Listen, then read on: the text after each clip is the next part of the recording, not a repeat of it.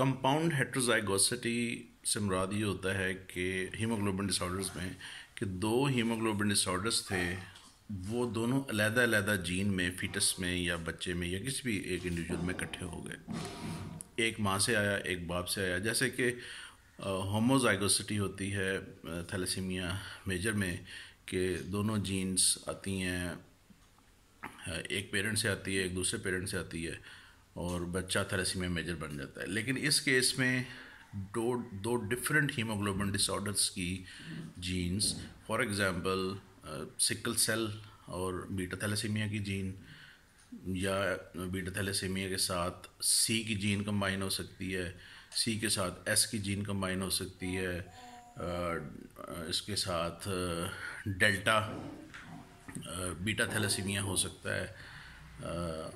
इस तरह की चीज़ें जो होती हैं वो कंपाउंड हेट्रोजाइगोसिटी के ज़ुमरे में आती हैं। तो पिछले दिनों एक बड़ा पेक्यूलर केस आया, उसमें father was haemoglobin E trait with 23% of haemoglobin A2। उसमें होता ये है कि जिस पेशेंट में डिफरेंट क्राइटेरिया हैं, कोई 7% कहता है, कोई 9% कहता है, तो डिफरेंट क्राइटेरिया हैं। तो उसमें 23% A2 थी, जिसको ई लेबल कर दिया गया, यानी ई ट्रेट। जो मदर थी she was beta thalassemia minor और बीटा थैलेसीमिया ट्रेट। तो उनको ये कंसिडर किया गया कि ये वो ई है, वो बीटा थैलेसीमिया है, उसका ट्रेट है। तो उन दोनों की शादी हो गई और उसको फर्दर इन्वेस्टिगेट नहीं किया गया।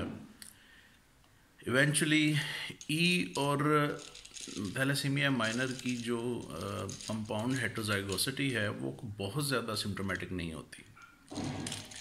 आप थैलेसीमिया इंटरमीडिया कह सकते हैं उसको, यानी कि कभी कभार ब्लड की ज़रूरत पड़ती रहती है। तो वो बच्चे की जब हीमोग्लोबिन फॉल होना शुरू हुई तो यही समझा गया कि उसकी वो कंपाउंड हेट्रोजाइगोसिटी है, तो उस वजह से शायद ये हो रही है।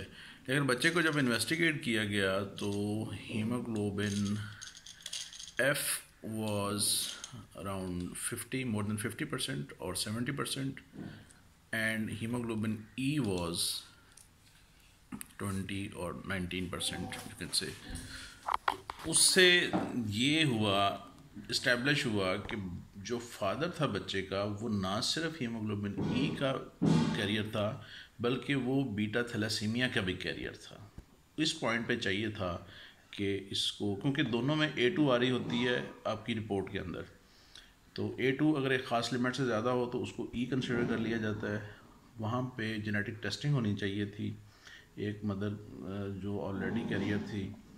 तो बच्चा जो था वो thalassemia major, hemoglobin E minor, यानी कि वो वो होमोजाइगोट था फॉर बीटा थैलेसीमिया, और वो जो था हेट्रोजाइगस था for haemoglobin E, and the phenotype was very severe. बच्चे की हीमोग्लोबिन 2.1 2.2 के करीब थी, ज़ाहिर है कि दो उसमें इकट्ठी हो गई। तो इस सिलसिले में जो रिकमेंडेशन है वो ये है कि अगर हीमोग्लोबिन एक पेरेंट में ऑलरेडी आ गई है, hemoglobin minor beta thalassemia minor diagnose हो गया है, और जो दूसरा पेरेंट है वो अब डाउटफुल है, तो उसकी जो जेनेटिक टेस्टिंग है, म्यूटेशन एनालिसिस, वो ज़रूर होना चाहिए। वो नहीं होगा तो इस तरह के केसेस जो हैं वो सामने आएंगे। Thank you very much for following.